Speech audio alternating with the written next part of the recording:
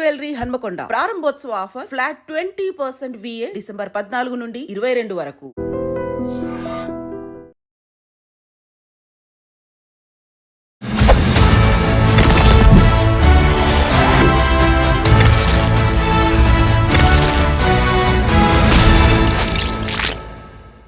అందరికీ నమస్కారం. నేను Swaroopa Potlapalli. Welcome to I dream.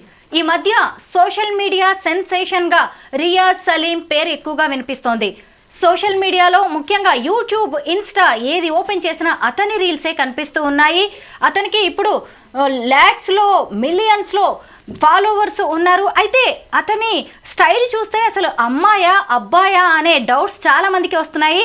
Riyaz సలీంకి సంబంధించి అనేక ఇంట్రెస్టింగ్ విషయాలను చెప్పడానికి ట్రాన్స్జెండర్స్ హెల్త్ ఎక్స్పర్ట్ రచన ముద్రబోయిన నాతో పాటు ఉన్నారు. ఆవిడతో మాట్లాడదాం.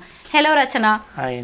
హాయ్. మీరు కూడా చూస్తున్నారు కదా, రియాజ్ సలీంని ఫాలో అవుతూ ఉన్నారు. చాలా మందికి అతని గురించి అనేక డౌట్స్ ఉన్నాయి. అసలు రియాజ్ సలీం ఎవరు?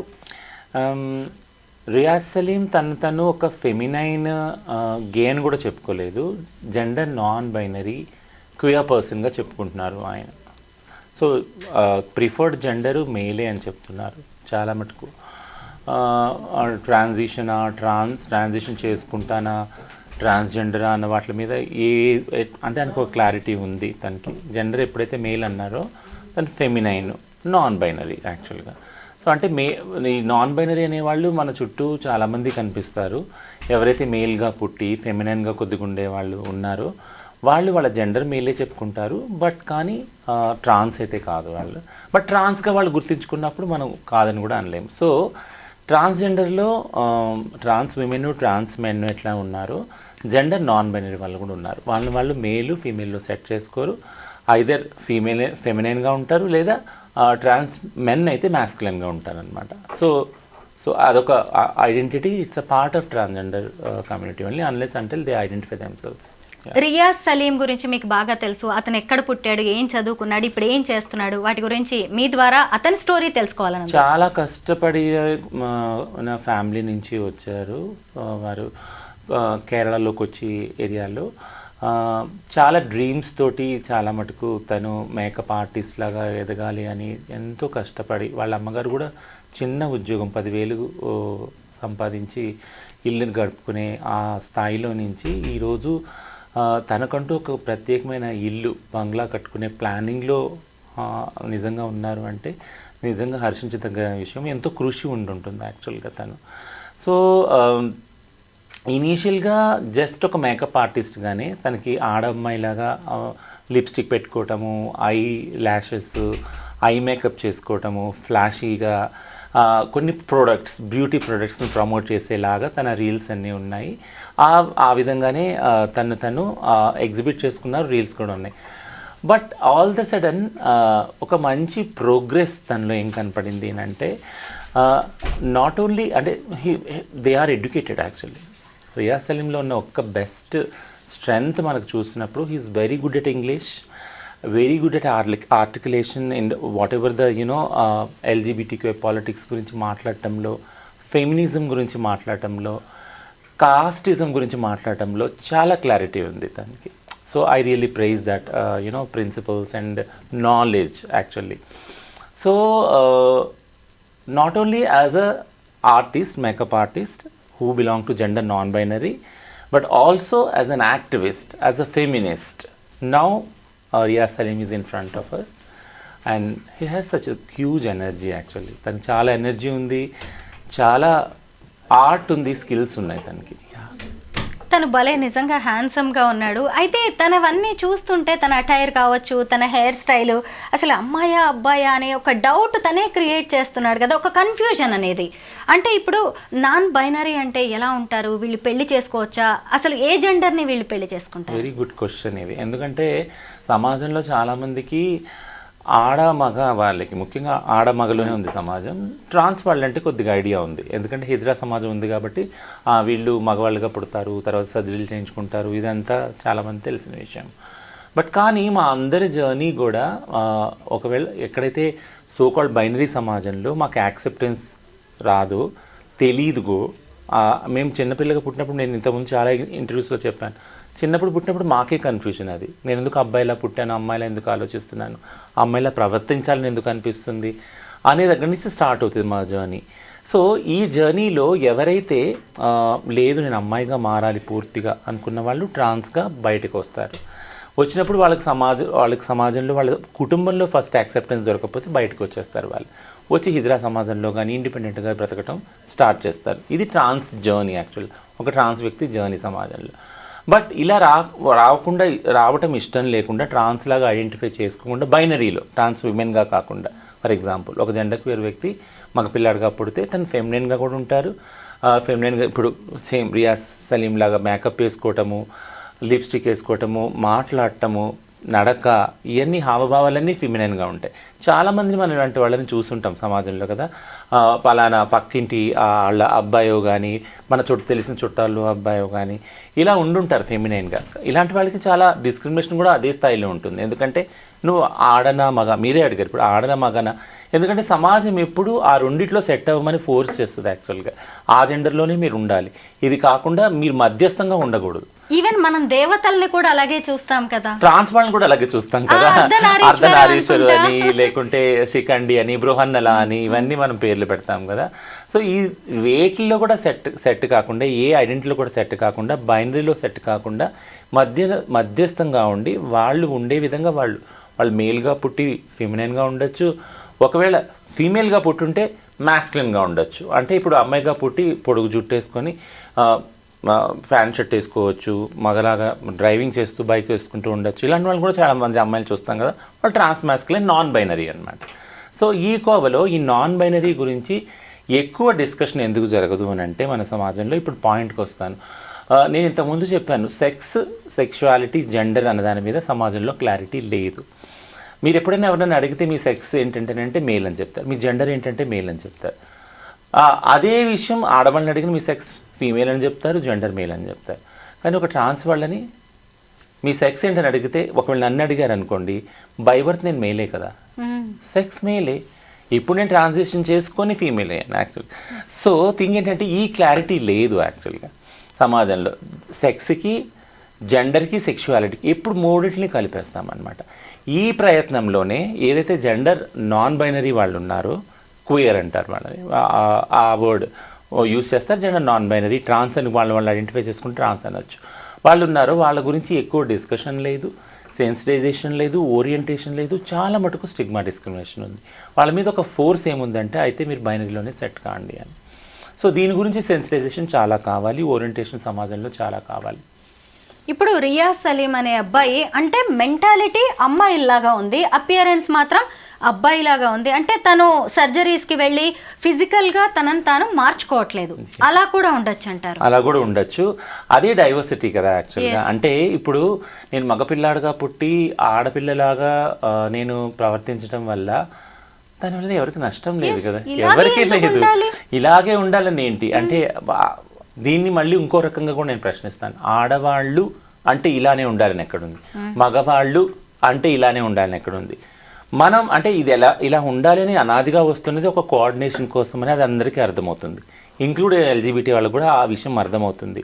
పొద్దున్న లెగిస్తే ఆడ మగ మనకి ఆ బ్రెయిన్ అలా ట్యూన్ చేసుకోవడం బట్టి మనకి ఒక వెసులుబాటు ఉంది, ఒక కన్ఫ్యూజన్ లేకుండా ఉంటుందని మనకు తెలుస్తుంది. బట్ కానీ ఈ రెండిట్లో కూడా సెట్ కాని వాళ్ళు ఉన్నారు చాలామంది.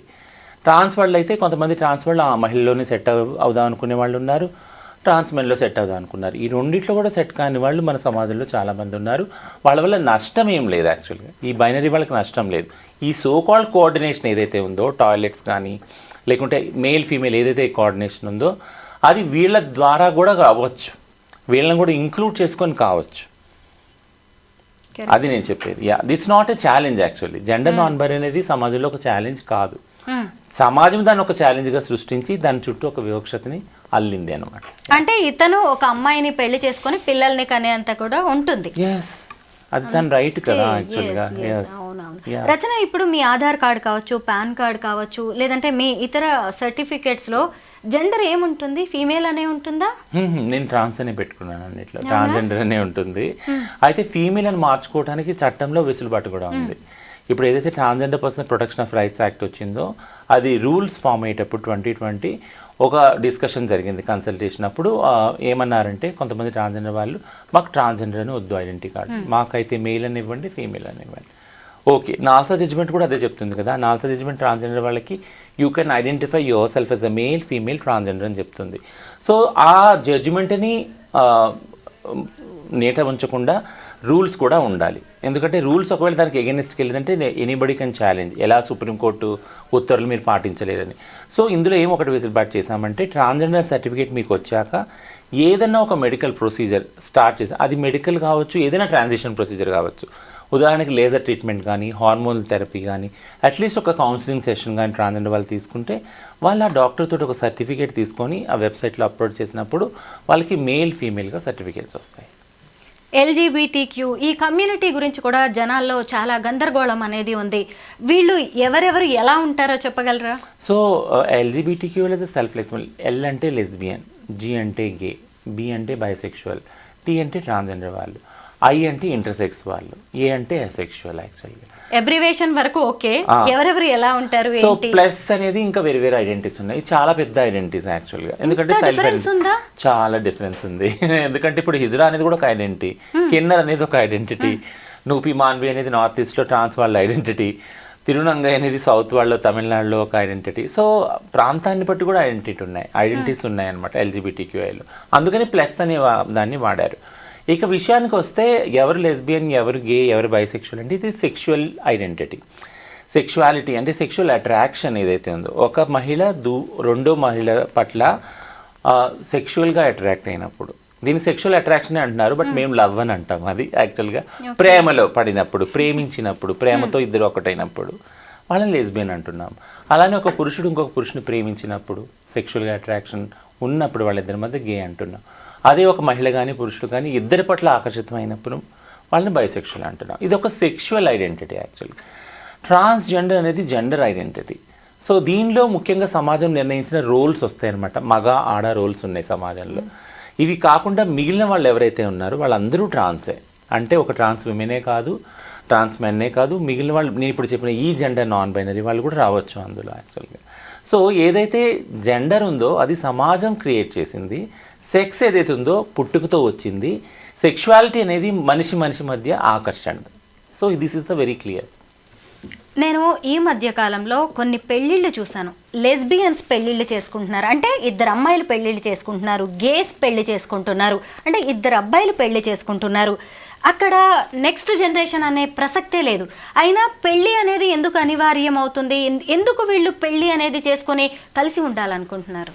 సో పెళ్ళి అనేది ఇప్పుడు మనం చూసాం కదా, అంటే ఒక మనిషికి ఒక మనిషి తోడు అనే దాని మీదనే ఒక ఫ్యామిలీ వ్యవస్థ కూడా నిర్మితమైంది. కుటుంబ వ్యవస్థ అనేది ఒక మనిషికి ఒక ఆడవ్యక్తి, ఒక మగ వ్యక్తి, ఒక మగ వ్యక్తికి ఆడవ్యక్తి కావాలనే దాని మీద కుటుంబ వ్యవస్థ నిర్ణయించబడింది. బట్ కుటుంబ వ్యవస్థ చుట్టూ ఒకవేళ పిల్లలు పంటారు వాళ్ళని, కొంతమంది పిల్లలు కనలేని వాళ్ళు కూడా ఉన్నారు, పుట్టిన వాళ్ళు కూడా ఉన్నారు. అలా అనేది కుటుంబం కాదని మనం అనలేము కదా. పిల్లలు పుట్టిన వాళ్ళు ఎవరైతే మ్యారేజ్ చేసుకుని ఉన్నారో మొగుడు పిల్లలు, ఒకవేళ వాళ్ళకి పిల్లలు పుట్టలేదనుకో ఫ్యామిలీ అనకుండా ఉంటామా? ఫ్యామిలీ అంటాం వాళ్ళని కూడా. వాళ్ళకి కొన్ని కారణాల వల్ల పిల్లలు కలగలేదు. అది ఏదన్నా కావచ్చు, ఏ మెడికల్ కారణాల వల్ల కావచ్చు, వాళ్ళు వద్దనుకోవచ్చు, వాళ్ళంతటా వాళ్ళు పిల్లల్ని కొన్ని రోజుల తర్వాత అనుకోవచ్చు. పిల్లలు పుట్టడం అయితేనే, పిల్లలు పుడితేనే వాళ్ళ ఫ్యామిలీ అని మాత్రం అనలేము కదా. అదొకటి. రెండోది ఏంటంటే పిల్లలు కనడానికే పెళ్లి చేసుకోవట్లేదు అందరూ. ఇది మళ్ళీ చెప్తున్నాను ప్రతి ఇంటర్వ్యూలో. ఎందుకంటే reproduction is not the ultimate goal for the family or the marriage institution. ఒక మనిషికి ఇంకో మనిషి ప్రేమతోటి సపోర్ట్ తోటి ఉండడానికి అయ్యే ఒప్పందం మ్యారేజ్. ఓకేనా? అది అరేంజ్డ్ రిలేషన్షిప్ అన్నా కావచ్చు, లివింగ్ రిలేషన్షిప్ అన్నా కావచ్చు. ఒక వ్యక్తి ఒక వ్యక్తికి సపోర్ట్గా నిలబడేది ఆ వ్యవస్థ యాక్చువల్గా. దాని చుట్టూ కల్చరల్ పరంగా మనం అల్లింది ఏంటంటే ఒక అబ్బాయి ఒక అమ్మాయి కలిసి ఉండాలి అంటే పెళ్లి చేసుకుంటే, వాళ్ళు ఒకవేళ విడిపోదలుచుకుంటే వాళ్ళ మధ్య ఉన్న గొడవలు అయితే అలాంటి గొడవల్ని డీల్ చేయడానికి మనం కొన్ని చట్టాలని, కొన్ని కల్చర్ని మనం దాని చుట్టూ ఫ్రేమ్ చేసాం. సమాజం అనేది ఫ్రేమ్ చేసింది. ఎందుకంటే పెళ్ళి అనే ఒక ఇన్స్టిట్యూషన్ని కాపాడటానికి, ప్రొటెక్ట్ చేయడానికి. ఎప్పుడంటే అప్పుడు ఇద్దరు వ్యక్తుల దగ్గరకు వచ్చి, ఇప్పుడు ఆడ మగ పెళ్లి చేసుకున్నప్పుడు ఖచ్చితంగా పిల్లలు పుడతారు. వాళ్ళు ఇష్టం వచ్చినప్పుడు వెళ్ళిపోయారనుకో, విడిపోయారనుకో, ఆ పిల్లల భవిష్యత్తు ఏమవుతుంది కదా. సో ఆ పిల్లల భవిష్యత్తు, అలాగే మానసిక మెంటల్ హెల్త్ ఏదైతే ఉంటుందో, ఒకళ్ళ మీద ఒకళ్ళు డిపెండెంట్ అయి ఉంటారు ఎమోషనల్గా, ఆ మెంటల్ హెల్త్ని ప్రొటెక్ట్ చేయడానికని డైవర్స్కి సంబంధించిన చట్టాలు, డొమెస్టిక్ వైలెన్స్ సంబంధించిన చట్టాలు ఇవన్నీ ఫ్రేమ్ చేసుకున్నారు దాన్ని కాపాడుకోవటానికి, ప్రొటెక్ట్ చేసుకోవటానికి. But same protection, same safety LGBT వాళ్ళకి లేవు. సో అది డిమాండ్ చేస్తూ ఉన్నారు గత కొన్ని సంవత్సరాల నుంచి. ఎందుకునంటే ఎల్జిబిటీ వాళ్ళకి పార్ట్నర్స్ దొరకటమే కష్టము. ఈ ప్రయత్నంలో ఎల్జిబిటీ వాళ్ళ దగ్గరికి సోకాల్డ్ ఏదైతే సిస్ కమ్యూనిటీ వాళ్ళు అప్రోచ్ అయ్యే ప్రమాదం ఉంది. అయ్యి వాళ్ళతో రిలేషన్షిప్లో ఉండి ఆ డొమెస్టిక్ వైలెన్స్, ఆ పార్ట్నర్ వైలెన్స్ కొన్ని రోజులు ఉండి వాళ్ళు ఒకవేళ వెళ్ళిపోతున్నారనుకో, సో దీనికి ఆ అడ్డుకట్ట ఆనకట్ట ఎక్కడుంది యాక్చువల్గా. అందుకని మ్యారేజ్ రేట్స్ చాలా అడుగుతున్నారు. ఎందుకంటే ఇది ఒక ఇమోషనల్ డ్రౌనింగ్ ఉంది ఇక్కడ ఇందులో. అంటే మెంటల్ హెల్త్కి సంబంధించిన విషయాలు చాలా ఉన్నాయి, సూసైడల్ అయ్యే ఛాన్సెస్ చాలా ఉన్నాయి. సో అందుకని ఇక్కడ ఎల్జిబిటీ రిలేషన్షిప్స్ని ప్రొటెక్ట్ చేయడానికి మ్యారేజ్ అనే దాన్ని డిమాండ్ చేస్తూ ఉన్నారు. మ్యారేజ్ అనేది ఎందుకు అన్నది మీ ప్రశ్న. యాక్చువల్గా దానికి వస్తాను. యాక్చువల్గా ఎలా అయితే ఫస్ట్లో చెప్పానో, ఒక వ్యక్తి సపోర్ట్ చాలా అవసరమని ఇమోషనల్గా ఉండటానికి. మనం అందరం జంతువులమే యాక్చువల్గా. జంతువులు అంటే మన చుట్టూ ఒక నాగరికతని అల్లుకున్నాం మనం కదా. సివిలైజేషన్ అనేది ఒక నాగరికత, ఒక భార్య, ఒక భర్త, పిల్లలు, ఫ్యామిలీ, ఇల్లు, అమ్మమ్మ, తాతయ్య, ఇదంతా ఒక నాగరికత మనం నేర్చుకున్నాం, అల్లుకున్నాం మన చుట్టూ మనం. అదంతా నాగరికత కూడా బైనరీలోనే ఉంది యాక్చువల్గా. ఆ బైనరీ నుంచి బయటకు వచ్చిన వాళ్ళు ఎల్జిబిటీ వాళ్ళు. ఆ బైనరీ ఏదైతే ఉందో వ్యవస్థ, అందులో నుంచి బయటకు వచ్చి జీవిస్తున్న వాళ్ళు ఒంటరిగా జీవించాల్సి వస్తుంది. సో ఒంటరిగా జీవించే తత్వము ఏ జీవికి కూడా లేదు. Every living being is a community being at the end of the day. మీరు అడవిలో చూసుంటారు కదా, జీబ్రాలన్నీ ఒక చోట, పులులన్నీ ఒక చోట, ఏనుగులన్నీ ఒక చోట గుంపుగా ఉంటాయి. సో మనం ఏం వాటికి వేరు కాదు కదా. అంటే ఇప్పుడు మనం బట్టలు వేసుకొని నాగరికత నేర్చుకున్న మనుషులు అయ్యాం, బట్ మనం కూడా అలాంటి కమ్యూనిటీ జీవాలమే కదా. సో కాబట్టి ఒక కమ్యూనిటీ అనేది ఎల్జిబిటీలో లేదు. ఎవరికి వాళ్ళు విడిగా వాళ్ళ తల్లిదండ్రులను వదిలిపెట్టి జీవించే మనుషులు, ఏకంగా అంటే సింగిల్గా జీవించే మనుషులు. సో వాళ్ళంతటా వాళ్ళు ఒక కమ్యూనిటీ ఏర్పరచుకోవాలి. ఎందుకంటే ప్రతి ఒక్క జీవికి ఒక కమ్యూనిటీ అవసరం. అందుకని ఈ మ్యారేజెస్ అనేది, లివింగ్ రిలేషన్షిప్ అనేది ఎల్జిబిటీలో చాలా ముఖ్యం అన్నమాట. ఈ లెస్బియన్, గే మ్యారేజెస్కి లీగల్ అప్రూవల్ ఉంటుందా? లేదు. హిందూ మ్యారేజ్ చట్టం ప్రకారం ఒక జడ్జిమెంట్ ఉంది మెడ్రాస్ హైకోర్టుది. ఒకవేళ హిందూ రిచువల్స్ ఫాలో అయ్యి చేసుకుంటే కనుక ఆ వధువు ఎవరైతే ఉన్నారో ఆమె హిందూ వధువుగానే పరిగణించబడుతుంది, ఆ పెళ్లిగా పరిగణించబడుతుంది. సో ఒక గుళ్ళో దండలు మార్చుకొని పురోహితుల మధ్య మంత్రతంత్రాలతో ఏదైతే జరుగుతాయో పెళ్ళిలో అది కూడా. బట్ క్రిస్టియన్ ప్రకారం కానీ లేదా ఇస్లాం ప్రకారం కానీ అది ఇప్పుడు వచ్చి యాక్సెప్ట్ అయితే లేదు. చాలామంది ఆర్య సమాజ్లో చేసుకుంటారు, అక్కడ సర్టిఫికేట్ కూడా దొరుకుతుంది. బట్ దాని లీగల్ వ్యాలిడిటీ కూడా ఇంకా క్వశ్చనింగ్. ఎందుకంటే ఇప్పుడు ఆర్య సమాజ్ ఇచ్చే మ్యారేజ్ సర్టిఫికేట్లనే ఒక క్వశ్చన్ మార్క్లో గవర్నమెంట్ పడేసింది యాక్చువల్గా. అయితే ఇలాంటి వాళ్ళు పిల్లలు కావాలి, మాకంటూ ఒకళ్ళు ఉండాలి అనుకున్నప్పుడు సరోగసీకి కానీ లేదంటే అడాప్షన్కి వెళ్ళే ఛాన్సెస్ ఉంటాయి? లేదు, ఆ రైట్స్ కూడా లేవు. సరోగసీ చట్టం పెట్టేటప్పుడు కూడా మేము చాలా కన్సల్టేషన్స్ చేశాము. సరోగసీ దానిలో ఎల్జిబిటీ వాళ్ళని ఇంక్లూడ్ చేయండి అని కూడా చెప్పడం చేశాము.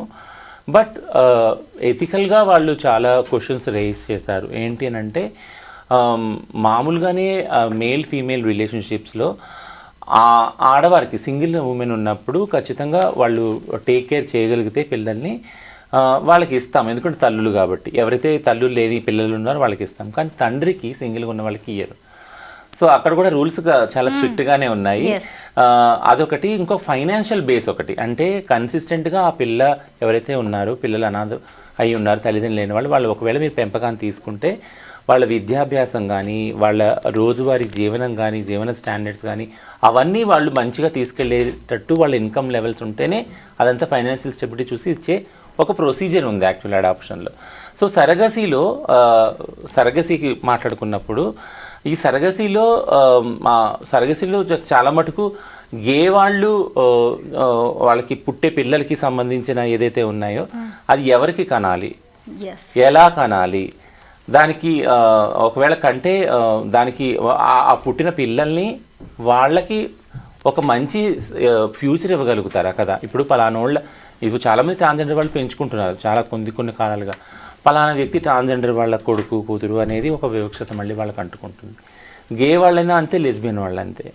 ఒకవేళ మన స్కూల్ సిస్టమ్స్లో, అడ్మినిస్ట్రేషన్ సిస్టమ్స్లో తండ్రి కానీ తల్లి కానీ వచ్చి సంతకం పెట్టాలి, ఖచ్చితంగా వాటిని డిక్లేర్ చేయాలి డాక్యుమెంట్స్లో. ఇదంతా ప్రొసీజర్స్ చాలా కష్టతరంగా ఉన్నాయి కదా.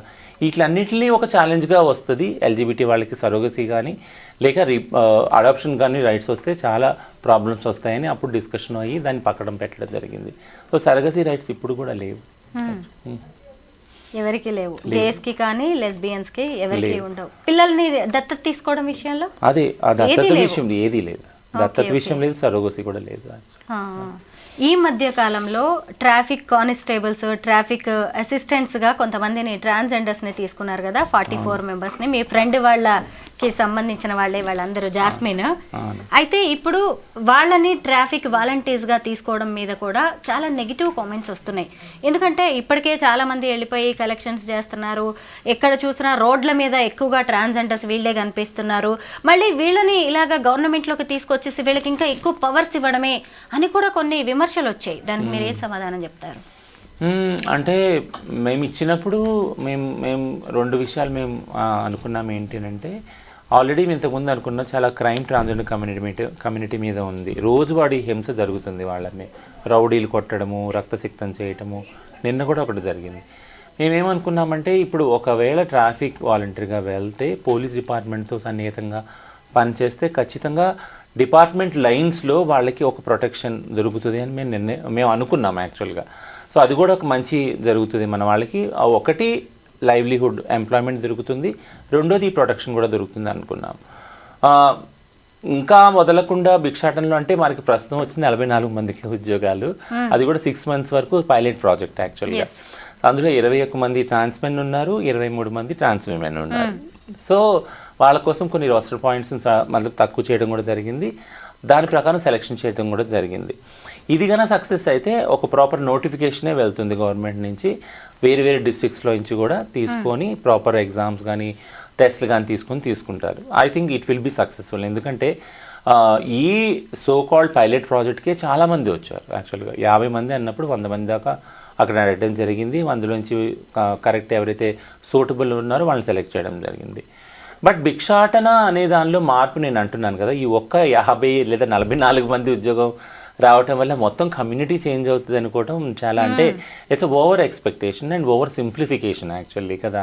ఎందుకంటే ఉద్యోగాల్లో 1% హారిజాంటల్ రిజర్వేషన్ అడిగాం మేము యాక్చువల్గా. అంటే ప్రతి ఒక్క పబ్లిక్ సర్వీస్ దానిలో, తెలంగాణ పబ్లిక్ సర్వీస్ దానిలో ప్రతి ఒక్క పోస్ట్లో కూడా హారిజాంటల్లో 1% అడిగాం. ఆ విధంగా చూసుకున్నట్టయితే మాలో చాలామంది గ్రాడ్యుయేషన్ కంప్లీట్ చేసిన వాళ్ళు చాలామంది ఉన్నారు, పోస్ట్ గ్రాడ్యుయేషన్ చేసిన వాళ్ళు చాలామంది ఉన్నారు. ఆ విధంగా అందులో భిక్షాటనలో ఉన్నవాళ్ళు ఆటోమేటిక్గా ఆ వయసు లోబడిన వాళ్ళు, ఇప్పుడు వయసు సడలింపు కూడా మాకు వర్తింపజేస్తారు, ఉన్నవాళ్ళు ఖచ్చితంగా అప్లై చేస్తారు. 1% రిజర్వేషన్ వస్తే ఎక్కువ మంది పబ్లిక్ సర్వీస్లోకి వెళ్తారు, జాబ్స్ వస్తాయి. అప్పుడు ఏమన్నా తగ్గడానికి ఆశించవచ్చు. కానీ ఈ కొద్దిపాటి 44 జాబ్స్లో ఈ భిక్షాటన అనేది మారుతుంది, సెక్స్ వర్క్ మారుతుంది. It's over expectation actually. అంటే ఇది ఇంకా చెప్పాలంటే వీళ్ళకి ఇంకా మనం పవర్స్ ఇవ్వడమే, మనల్ని ఇది చేయడానికి, ఇబ్బంది పెట్టడానికి అనే వాళ్ళకి మీరు ఏం చెప్తారు? బట్ ఇప్పుడు ప్రస్తుతం పవర్ ఏం లేదు కదా, వాళ్ళు ఓన్లీ ట్రాఫిక్ వాలంటీర్స్. అంటే ట్రాఫిక్ ఎక్కడైతే సిగ్నల్స్ ఉన్నాయో అక్కడ నిలబడి ఓన్లీ వాళ్ళు వచ్చేపోయే వాటికి సిగ్నల్స్ చూపిస్తూ ఉంటారు అంతే. గవర్నమెంట్ పర్టికులర్ ఏదైనా జాగాలు ఏదైనా ఈవెంట్ అయితే అక్కడ వాళ్ళని వాడతారు. సో కాబట్టి ఇదేమీ అంటే పవర్తో కూడుకున్న పోలీస్ జాబ్ కాదు యాక్చువల్గా. ఇట్స్ ఎ డ్యూటీ ఓరియంటెడ్, అది కూడా ట్రాఫిక్ ఓరియంటెడ్ యాక్చువల్గా. So this is not equal to police. Correct. అయితే ఇవాళ కూడా మీరు ఒక గవర్నమెంట్కి సంబంధించిన మీటింగ్కి అటెండ్ అయ్యారు. ఏంటి ఆ మీటింగ్లో ఏం డిస్కస్ చేశారు, ఎందుకు ఆ మీటింగ్ కండక్ట్ చేశారు? సో తరచూ ఇప్పుడైతే ఏదైతే ట్రాన్స్జెండర్ డిపార్ట్మెంట్ సపరేట్గా ఫామ్ అయ్యింది, Telangana state department for empowerment of disability persons, senior citizens and transgender persons. ఇది మహిళా శిశు సంక్షేమ శాఖతో పాటు అనుబంధంగా పనిచేస్తుంది. సీతక్క కింద ఉంటుందా? సోషల్ వెల్ఫేర్ కింద ఉంటుంది. Seethakka department women and child development, దాంతో అనుసంధానంగా ఈ డిపార్ట్మెంట్ పనిచేస్తుంది. సో ప్లానింగ్ వచ్చి విమెన్ అండ్ చైల్డ్లో జరుగుతుంది. ఏ ప్రోగ్రామ్స్ ఎలా ఇంప్లిమెంట్ చేయాలి, బడ్జెట్ అనేది అక్కడ ఎలొకేట్ అవుతుంది. వాళ్ళ నుంచి ట్రాన్స్ఫర్ అయ్యి ఈ ప్రోగ్రామ్స్ అన్నీ ఫామ్ అవుతాయి అన్నమాట. ఇప్పుడు సోకాల్డ్ ఏదైతే ట్రాన్స్జెండర్ క్లినిక్స్ ఉన్నాయో 33 డిస్ట్రిక్ట్స్లో అవి, అట్లనే ఈ జాబ్స్ ట్రాన్స్జెండర్కి సంబంధించిన 44 ఏవైతే ట్రాఫిక్ ఈ జాబ్స్ ఇవన్నీ కూడా ఆ బడ్జెట్లో నుంచే ఆ డిపార్ట్మెంట్ నుంచే వస్తాయి యాక్చువల్గా. సో దానికి సంబంధించి ఇంకా చాలా పని చేయవలసి ఉంది. 33 క్లినిక్స్ ఎలా పనిచేయాలి, 33 డిస్ట్రిక్ట్స్లో కూడా ఫుట్ఫాల్ పెంచాలి, ట్రాన్స్ క్లయింట్స్ రావాలి ఆ క్లినిక్కి కదా. So almost all government has expended చాలా బడ్జెట్ దానికి ఎక్స్పెండ్ చేసింది ఒక్కొక్క డిస్ట్రిక్ట్లో క్లినిక్ని ఎస్టాబ్లిష్ చేయడానికి. ఇప్పుడు మనకు ట్రాన్స్జెండర్ వాళ్ళని అక్కడ పంపాలి యాక్చువల్గా. దానికోసం ఒక ప్రాపర్ ప్లానింగ్ జరుగుతూ ఉంది. ఎలా వాళ్ళు మొబిలైజ్ చేయాలి, ఏమన్నా కౌన్సిలర్స్ ముఖ్యమా, ఎందుకంటే మా వాళ్ళు హెల్త్ అనేది చాలా తక్కువ కేర్ తీసుకుంటారు, ఎందుకంటే నెగ్లెక్ట్ చేస్తారు. మాకు లైఫ్కున్న వాల్యూవే తగ్గిపోతుంది కదా. ఇప్పుడైతే డబ్బు ఉండదు, ముఖ్యంగా డబ్బు ఉన్న కొద్ది డబ్బు ప్రైవేట్ ఒకవేళ హెల్త్ కేర్లో అయిపోతే చాలా అయిపోతుంది, లక్షలుగా అవుతుంది. ఇంకొకటి ఏంటంటే అసలు ఎందుకు మనం హెల్త్ గురించి కేర్ తీసుకోవాలి, మన దగ్గర డబ్బు ఉన్నా కూడా. అంటే ఎలానో ఎప్పుడప్పుడు పోతాం కదా, ఇంక లైఫ్లో ఏముంది మిగిలి అని లైఫ్ మీద ఆసక్తే లేదు చాలామంది. అందుకని హెల్త్ మీద కూడా ఆసక్తి లేదు. ఒకవేళ చూపించుకోవాలంటే డబ్బులుంటే ప్రైవేట్ సెక్టర్లో కొన్ని లక్షలు ఖర్చు అయిపోతాయి, ఉన్న సేవింగ్స్ అన్నీ దానికి అయిపోతాయి యాక్చువల్లీ. సో ఇప్పుడు మా ప్లానింగ్ ఏంటి అంటే ఎలా ఇప్పుడు ట్రాన్స్జెండర్ క్లినిక్ అంటే ఓన్లీ ట్రాన్సిషన్ కాదు, అన్ని హెల్త్ ఇష్యూస్ ఆ క్లినిక్లో చూసేలాగా, మెంటల్ హెల్త్ ఇష్యూస్, అలానే క్రానిక్ డిజీజెస్, డయాబెటిక్, ఇవన్నీ కూడా చూపించుకోవడానికి రెగ్యులర్గా టెస్ట్ చేయించుకోవడానికి కూడా క్లినిక్స్ వెళ్ళచ్చు. బట్ 1 డే ఇచ్చారు పర్ వీక్. ఫ్యూచర్లో ఒకవేళ ఫుట్ఫాల్ పెరిగితే ఇంకా పెరగచ్చు. ప్లానింగ్ అంతా జరుగుతుంది. అంటే మీరు సర్జరీస్ చేయించుకోవడానికి కూడా ఆర్థికంగా సాయం చేస్తుందా ప్రభుత్వం? ఖచ్చితంగా చేస్తానంటుంది, ఎందుకంటే రేషన్ కార్డ్స్ ఏవైతే ఉన్నాయో అది ఆరోగ్యశ్రీ మాకు కూడా అప్లికబుల్ అవుతుంది. వైట్ రేషన్ కార్డ్స్ ఉన్న వాళ్ళకి రేషన్ కార్డ్ ప్రొసీజర్లో కొద్దిగా క్లారిటీ రావాలి యాక్చువల్గా. చాలా మందికి ఇంతకుముందు వచ్చినాయి, బట్ సింగిల్ ఉమెన్ ఏవైతే కార్డ్స్ ఉన్నాయో అవి డిఫాల్ట్ అయినవి, అవి మాకు ఇవ్వటం స్టార్ట్ చేశారు. అంటే ప్రతి ఒక్క గవర్నమెంట్కి ఒక నోషన్ ఏంటంటే ట్రాన్స్జెండర్ అంటే is equal to hijra, trans మహిళలు వీళ్ళే ఉంటారు, ఎందుకంటే వీళ్ళే కనపడతారు మనకి. But trans is a larger umbrella కదా. Trans men, trans women, trans feminine, trans masculine, gender non binary, ఇన్ని డైవర్సిటీస్ ఉన్నాయి కదా. సో ఈ ప్రొసీజర్లో వాళ్ళు ఇప్పుడు ఎక్కడొచ్చి స్టాల్ అయిందంటే, మేము ఆల్రెడీ ఫ్యామిలీస్తో ఉన్న జాగాలో మా పేర్లు ఉన్నాయి రేషన్ కార్డులో. సో మేము బయటకు వచ్చేసినప్పుడు ఆ పేర్లు తీయలేరు, ఇంకా మాకు సపరేట్ కార్డు ఇవ్వాలంటే అక్కడ అది ప్రాబ్లం అవుతుంది. సో దానికి ఒక పాలసీ డెవలప్ చేయాలి. అంటే అమౌంట్ ఎలా ఇస్తుంది మీకు, ఎన్ని లక్షల వరకు? సేమ్ ఆరోగ్యశ్రీలో మిగిలిన వాళ్ళకి ఎంత అప్లికబుల్ ఉందో అదే అమౌంట్ ట్రాన్స్ వాళ్ళకి కూడా అప్లికబుల్ ఉంటుంది, అదే అమౌంట్ ఉంటుంది. మాకు ఒకవేళ సర్జరీస్ లిస్ట్ ఇచ్చింది గవర్నమెంట్, ఉస్మానియాలోనే జరుగుతాయి సర్జరీస్, అంతటా జరగవు. ఒక ప్రొసీజర్స్ కూడా లే డౌన్ చేసింది. అంటే సైకలాజికల్ అసెస్మెంట్ ఇవన్నీ జరిగినాక ఒకవేళ తెల్ల రేషన్ కార్డు ఉంటే దాన్ని లింక్ చేసుకుని ఆరోగ్యశ్రీ అప్పుడు వస్తుంది. It's not a small procedure, it's a big procedure. దానికి standard operative procedures, guidelines కూడా ఫ్రేమ్ చేస్తుంది. మన ప్రభుత్వం దగ్గరే ఇంత ఉన్నప్పుడు మళ్ళీ చాలా మంది ట్రాన్స్జెండర్స్ ఎందుకు ఢిల్లీ, ముంబై వరకు వెళ్ళి సర్జరీస్ చేయించుకుంటున్నారు? మంచి క్వశ్చన్ ఇది. అంటే ఇది గవర్నమెంట్ కూడా అడిగారు యాక్చువల్గా, మన దగ్గర కూడా బయట చేయించుకుంటున్నారు. అది థింగ్ ఏంటంటే జెండర్ డిస్ఫోరియా అనేది అలా ఉంది యాక్చువల్లీ. ఎవరికన్నా కానీ సర్జరీస్ చేసుకోవాలి అసలు ఎందుకు అవసరం అని ఆలోచించే వాళ్ళకి ఒకటే ప్రశ్న ఏంటంటే, జెండర్ డిస్ఫోరియా కండిషన్లో ట్రాన్స్ వ్యక్తులు చాలా సూసైడల్ అవుతారు. అందులో ఒక ట్రాన్సిషన్ సర్జరీ ఒకటే కాదు, అంటే మెయిల్ ఏదైతే సెక్స్ మార్చుకునేది, male to female, male to male ఏదైతే ఉందో అది కాకుండా మనం ఇంతకుముందు మాట్లాడుకున్న ఫెమినైజేషన్ ప్రాసెస్. ఫెమినైజేషన్ ప్రాసెస్కి కొన్ని లక్షలు వాళ్ళ సేవింగ్స్ వెళ్ళిపోతాయి యాక్చువల్గా. ఫేషియల్ ఫెమినైజేషను, చిన్ను కానీ, నోస్ కానీ, బంప్స్ కానీ, వాట్ నాట్ యాక్చువల్లీ బాడీ అంతా feminisation. Is all because of dysphoria. So ఈ డిస్ఫోరియాని డీల్ చేసే మెంటల్ హెల్త్ ఎక్స్పర్ట్స్ లేరు, ముఖ్యంగా కౌన్సిలింగ్ చేసేవాళ్ళు, సైకాలజిస్ట్, సైకాట్రిస్ట్, క్లినికల్ సైకాలజిస్ట్ లేరు మనకి.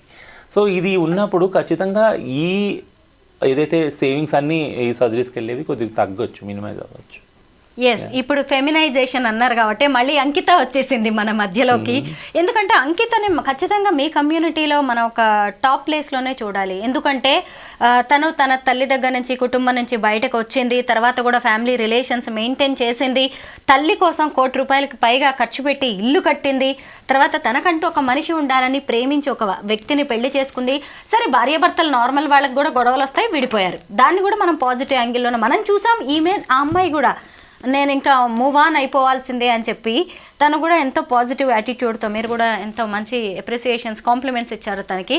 అయితే ఈ ఫెమినైన్ ఫేస్ కోసం తను జా లైన్ సర్జరీ చేయించుకోవడం చాలా ఆశ్చర్యంగా అనిపించింది.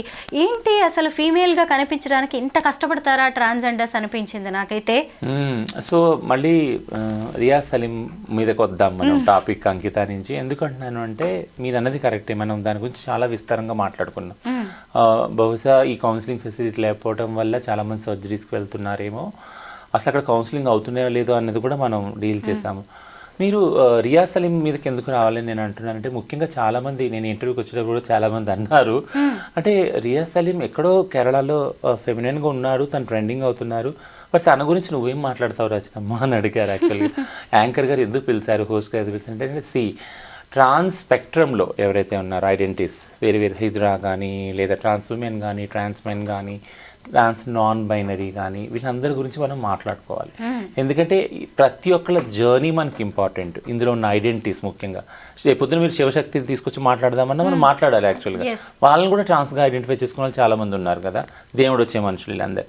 ముఖ్యంగా రియాజ్ సలీం గురించి నేను ఎందుకు అంటున్నాను అంటే, రియాజ్ సలీము చూసినప్పుడు ఎంత పవర్ఫుల్ ఆయన పర్సనాలిటీ చూసినప్పుడు నాకేమనిపిస్తుంది అంటే, ఎడ్యుకేషన్ ఒక మనిషిని ఒక ఒక ఒక మైనారిటీ కమ్యూనిటీ నుంచి రిప్రజెంట్ చేసినా కూడా ఎంత పవర్ఫుల్ పొజిషన్లోకి తీసుకొచ్చి కూర్చోపెడదన్నదాన్ని పెట్టచ్చు అన్నదానికి బెస్ట్ ఎగ్జాంపుల్ రియాజ్ సలీం. యాక్చువల్గా the way he speaks about every topic, not leave the makeup అదంతా పక్కన వదిలిపెట్టండి, బ్యూటీ ప్రోడక్ట్స్ ఇవన్నీ, బ్యూటీ టిప్స్ అవన్నీ కూడా పక్కన పెట్టినాక as a personality, as an individual ఆయన బిల్డప్ చేసుకున్న ఆయన పర్సెప్షన్స్ అరౌండ్ ఫెమినిజం కానీ, ఆయన ఇంటర్వ్యూస్ చూశాను, ఆయన సెల్ఫ్ రీల్స్ కూడా చాలా చూశాను నేను.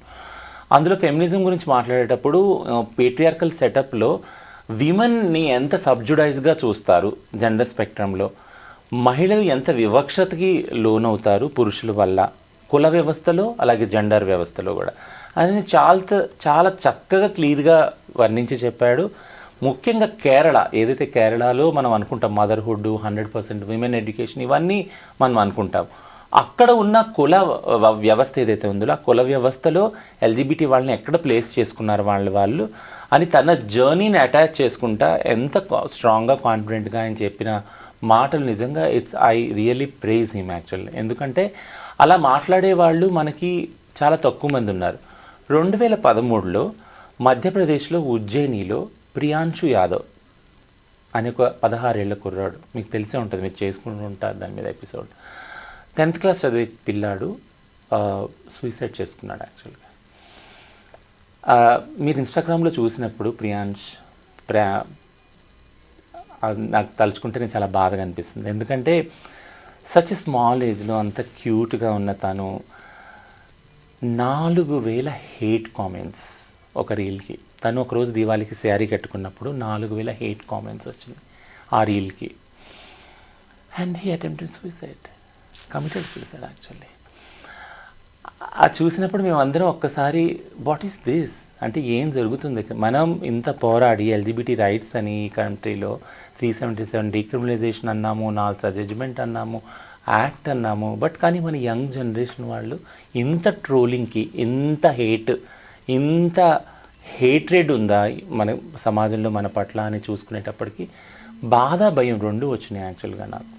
ఎందుకంటే తను కూడా సిమిలర్గా మేకప్ ఆర్టిస్ట్ అయ్యి ఎన్నో కళ్ళు కానీ ఎంతో పేరు తెచ్చుకొని ఎదగాలి, తన కెరియర్ చేసుకోవాలి ఒక డాన్సర్గా, ఒక మేకప్ ఆర్టిస్ట్గా అనుకున్న చిన్న పిల్లోడు సూసైడ్ చేసుకునేటప్పటికి we have seen that gender non binary అన్న వాళ్ళకి ఎంతటి వివక్షత ఉంది సమాజంలో. 4000 హేట్ కామెంట్స్ యాక్చువల్లీ ఆ ఇన్స్టాగ్రామ్ ఐడి కింద ట్రోల్ చేశారు యాక్చువల్లీ. సో అదొకటి. ఇంకొకటి నాకు తెలిసిన ఇక్కడ హైదరాబాద్లో తెలిసిన ఒక చిన్న కేస్ స్టడీ చెప్తాను. ఒక పిల్లాడు ఇట్లానే జెండర్ నాన్ బైనరీ పిల్లాడు,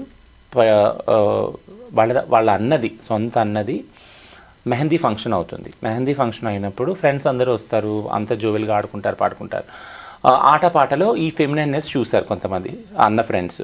చూసినప్పుడు అన్నతో వెళ్ళి ఎక్కడో కామెంట్ చేసినట్టు క్రిటిసైజ్ చేస్తున్నాడు. ఆ పిల్లాడు ఫంక్షన్ అయిపోగానే వచ్చి తల్లిదండ్రుల మీద బాగా అరిచాడు. ఏంటంటే ఎందుకు ఇలా తమ్ముడు చేస్తున్నాడు, ఇదేంటి ఈ ఫెమినైన్, ఈ చెక్క వేషాలు ఇవన్నీ ఉంటాయి కదా, ఇలాంటి డెరిగేటరీ లాంగ్వేజ్ అంతా యూజ్ చేసేటప్పటికి దట్ కిడ్ కమిటెడ్ సూసైడ్. బాధ ఏంటి అంటే ఆ కిడ్ సూసైడ్ చేసుకున్నాక 3 రోజు పెళ్ళి ఆ చావుని దాచేసి పెళ్లి చేసేసారు. So the violence towards gender non binary is silenced. వాళ్ళు 2 మెసేజ్లు వాళ్ళకి వెళ్ళేది ఏంటంటే better you be in 2 roles. ఉంటే మగపిల్లాడుగా ఉండు, లేకుంటే ఆడపిల్లలాగా ఉండు, లేకుంటే నీకు అసలు ఈ ఫ్యామిలీలోనే చోట్లేదు. ప్రతి ఒక్క ట్రాన్స్ఫర్ నేను అనుకున్నప్పుడు వాళ్ళ జర్నీ అంతా అలాగే స్టార్ట్ అయ్యి ఉంటుంది కదా. ఈవెన్ నా జర్నీ కూడా అట్లానే స్టార్ట్ అయ్యి ఉంటుంది. నేను అంటే కొన్ని పెక్టికల్ కేసెస్లో నేను ఆడపిల్ల అనుకున్నాను, బట్ కొంతమంది మగపిల్లగా పుట్టి మగపిల్లగానే ఉండి ఆడపిల్లగా మేకప్ వేసుకోవటం, జుట్టు పెంచుకోవటం అని చేసుకునేవాళ్ళు. దానివల్ల సమాజానికి ఏం నష్టం లేదు కదా, అది ఒక క్రైమ్ కాదు కదా. దెన్ వై ఇంత హేట్రెడ్ ఈ సమాజంలో? So we all should praise Riaz Salim because he's such a bold personality and we need more such Riaz Salims in our society to be more vocal, to talk on behalf of gender non-binary. ఎందుకంటే వాళ్ళని protect చేసుకోవడం చాలా ముఖ్యము. అందులో there can be trans binary also కదా. వాళ్ళకి ఒక enabling environment create చేసినప్పుడు వాళ్ళు ముందుకొచ్చి ట్రాన్సిషన్ అవుతారు. ట్రాన్సిషన్ అనేది ఒక ఆప్షన్ మాత్రమే. ప్రతి ఒక్కరు ట్రాన్సిషన్ అయ్యి బైనరీలో సెట్ కావాలని లేదు కదా. యా, అంకితా రాజ్ ఎందుకు ఈ ఫెమినైన్ ఫేస్ కోసం ఇంత కష్టపడుతుంది? బహుశా అయ్యి ఉండొచ్చు. అది మనకి నేను అదే ఇంతకుముందు చెప్పింది ఏంటంటే ఫెమినైజేషన్ అనేది ఒక బర్డెన్గా జెండర్ డిస్ఫోరియాలో ఉంది. అది యాక్చువల్గా ఫెమినైజేషన్ కానీ మ్యాస్కులినేషన్ కానీ. ట్రాన్స్ పురుషుల్లో తీసుకుంటే వాళ్ళు బాడీ బిల్డింగ్ ఇవన్నీ చేస్తారు యాక్చువల్గా. ఏదైతే ఇప్పుడు కొంతమంది ట్రాన్స్ మ్యాస్కులిన్ ట్రాన్స్ మెన్ అయితే ఎవరైతే ఉన్నారో మీరు చూడొచ్చు ఇన్స్టాగ్రామ్ ప్రొఫైల్స్లో, వాడు బాడీ బిల్డింగ్లో ఉండి మంచి శరీర దార్ఢ్యం చూసుకొని వాళ్ళు ఫైటింగ్ వీటిలన్నిటికీ వెళ్తూ ఉంటారు రెగ్యులర్గా జిమ్కి వెళ్ళి ప్రోటీన్స్ అవన్నీ తీసుకొని. థింగ్ ఏంటంటే వాళ్ళలో అంటే మ్యాస్కులైజేషన్ కోసం ఏం సర్జరీస్ లేవు ఫర్ ఎగ్జాంపుల్, బట్ వాళ్ళ శరీరాన్ని ఎంత మ్యాస్కులైన్ చేసుకోవాలన్నది వాళ్ళు జిమ్కి వెళ్ళి చేసుకుంటారు. సేమ్ క్వైట్ ఆపోజిట్గా ట్రాన్స్ మహిళలు కూడా ఫెమినైజేషన్ వైపు వెళ్తారు యాక్చువల్లీ. సో జెండర్ డిస్ఫోరియా అనేది ఎంత ఎఫెక్టివ్గా పనిచేస్తుంది, నేను ఇంకా అందమైన ఆడమ్మాయిని కావాలి, అందమైన మగ వ్యక్తిని కావాలనే ప్రయత్నము ఎటువైపు తీసుకెళ్తుంది అనే దాని మీద మనం ఎవరు ఫోకస్ చేయట్లేదు యాక్చువల్లీ. కనీసం ఒక డిస్కషన్ కూడా పెట్టట్లేదు దాని గురించి. అది పెట్టిన రోజున అందం అనే దానికి పరిభాష మారిపోతుంది. ఇప్పుడు మాట్లాడుకుందాం, ఇది డిస్కషనే కదా. సో నేనేమంటున్నానంటే అందం, నేనేం చెప్పాలనుకుంటున్నాను, వెరీ గుడ్, ఇది క్లియర్గా ఉంది క్వశ్చన్. నేనేం చెప్పాలనుకుంటున్నానంటే అందం అనే దానికి పరిభాష ఏంటి, డెఫినేషన్ ఏంటి యాక్చువల్గా. అంటే ఇలా ముక్కుంటేనే, ఇలా మూతుంటేనే, ఇంత ఇలా సన్నగా ఉంటేనే, ఇలా ఉంటేనే, అంటే ఈ స్టాండర్డ్స్ ఎవరు మనకి డిక్టేట్ చేస్తున్నారు యాక్చువల్గా. మన చరిత్రలో తీసుకున్నా, మన పురాణాల్లో తీసుకున్నా కలర్కి సంబంధించి ఏది బైనరీ లేదే. కలర్ తక్కువ ఉన్న కృష్ణుడిని, రాముడిని కూడా దేవుడు అన్నారే, అవునా? పొట్టిగా ఉన్న వామనమూర్తిని కూడా దేవుడే అన్నారే, అవునా? సింహమోహం వేసుకొచ్చినది అన్ని దేవుడే అన్నారే, అవునా కాదా? అసలు రూపు లేని వాళ్ళు కూడా దేవుడు అన్నారు కదా కొన్ని మతాలు. సో నేను అనేది ఏంటంటే ఈ అందం అనే దానికి పరిభాష, డెఫినేషన్ని ఎవరు డిసైడ్ చేస్తున్నారు? Just dismantle this. అందం అనే ఏదైతే బైనరీ స్టీరియోటైపింగ్ ఏదైతే ఉందో దాన్ని మనం డిస్మాంటిల్ చేయాలి. ఎలా ఉన్నా, లావుగా ఉన్నా, పొడుగ్గా ఉన్నా, పొట్టిగా ఉన్నా, బక్కగా ఉన్నా, ఎలా ఉన్నా కూడా, ఏ కలర్లో ఉన్నా, తెల్లగా ఉన్నా, చామంచాయలో ఉన్నా, నల్లగా ఉన్నా, అందం అనేది మనసుకి పరిమితము, శరీరానికి పరిమితమైనది కాదు. సో శరీరానికి కనపడేది ఓన్లీ ఒక ఆకారం మాత్రమే, ఓన్లీ కొన్ని ఛాయలు మాత్రమే. ఈ అందం అనే దానికి ఎప్పుడైతే డెఫినేషన్ మారుతుందో ఖచ్చితంగా జెండర్ డిస్ఫోరియాతో ఎవరైతే బాధపడుతున్నారో ట్రాన్స్ వాళ్ళు ఫెమినైజేషన్ చేసుకోవాలి, మ్యాస్కులినేషన్ వైపు వెళ్ళాలనుకునే వాళ్ళ మీద ఒత్తిడి తగ్గుతుంది యాక్చువల్గా. ఫర్ ఎగ్జాంపుల్ ఇప్పుడు నేను అన్నాను, నేను ఫస్ట్ నుంచి ఆడపిల్లనే అనుకున్నాను. నాకు నా జీవితంలో లక్కీలీ నన్ను నాలా ప్రేమించే వాళ్ళు దొరికారు. నేను మీకు ఎన్నో ఇంటర్వ్యూస్లో చెప్పాను కదా, నా హస్బెండ్ నన్ను నాలాగా ప్రేమించాడు. ఇప్పటికి ప్రతి వారంలో ఒకసారి అడుగుతాను, ఏం చూసినాడు ప్రేమించావా అని. ప్రతి ఇంటర్వ్యూలో కూడా చెప్తారు. బట్ చూస్తారా ఇంతకైనా? ఖచ్చితంగా చూస్తూ ఉంటారు. సో ఖచ్చితంగా he never stop me and he also do, and చాలా స్టేటస్లు స్టోరీస్లో అప్లోడ్ చేస్తూ ఉంటారు ఆయన. అంటే డైరెక్ట్గా నాకు కాకుండా నాకు అర్థమయ్యేలాగా అనమాట, that like you are beautiful and beauty is not for like body అని. సో నేను చెప్పేది ఏంటంటే సమాజంలో బ్యూటీ యొక్క పరిభాష మార్చాలి మనం. కలర్ని, ఎత్తుని, పొడుగుని, లావుని దీన్ని బట్టి అందం ఉండదు. అందం అనేది మనసుకు సంబంధించింది, వయసుకు సంబంధించింది లేదా ఆకారానికి సంబంధించింది కానే కాదు. మనిషిని మనిషిగా ప్రేమించడం స్టార్ట్ చేయాలి అనేదాన్ని ఒక సమానత్వాన్ని ఎప్పుడైతే మనం ప్రచారం చేస్తామో, అమల్లో తీసుకొస్తామో, అప్పుడు ఇది గ్రాడ్యువల్గా తగ్గిపోతుంది. యా. కానీ రియాజ్ సలీం గురించి కామెంట్స్ చూస్తున్నప్పుడు నాకు నిజంగా మీతో ఇలా ఒక ఇంటర్వ్యూ చేయాలి అనిపించింది. ఎందుకంటే దేని గురించి అయినా నాకు ఏ డౌట్ వచ్చినా ట్రాన్స్ కమ్యూనిటీకి సంబంధించి నేను మిమ్మల్ని ముందు పిలుస్తాను. ఎందుకంటే మీరు స్టడీ చేస్తారు, చాలా దగ్గరగా వాళ్ళతో ఉంటూ ఉంటారు, కాబట్టి మీరైతేనే ఇంకాస్త ఆడియన్స్కి ఇన్ఫర్మేషన్ ఇవ్వగలరు అనిపిస్తూ ఉంటుంది.